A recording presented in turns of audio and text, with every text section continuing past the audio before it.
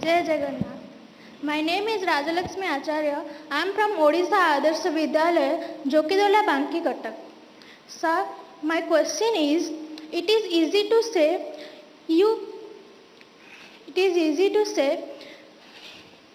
you face exam with a cool mind, but in exam hall the situation is so scary, like don't move, look straight and so on. Then how can it be so cool? Thank you, sir. अगल बगल में वो बड़ी speed से लिख रहा है, मैं तो तीसरे क्वेश्चन पे अड़ा हुआ हूं, वो तो सातवें पर चला गया। दिमाग इसमें मत खपाइए बाबा, वो 7 में पहुंचे 9 में पहुंचे, करे न करे, वो पता नहीं, वो सिनेमा की स्टोरी लिखता होगा। तुम अपने पर भरोसा करो, तुम अपने पर भरोसा करो।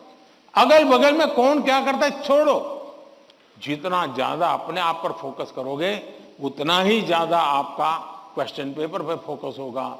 जितना ज्यादा क्वेश्चन पेपर पर फोकस होगा इतना ही आपके आंसर के एक एक शब्द पर हो जाएगा और अल्टीमेटली आपको परिणाम उचित मिल जाएगा।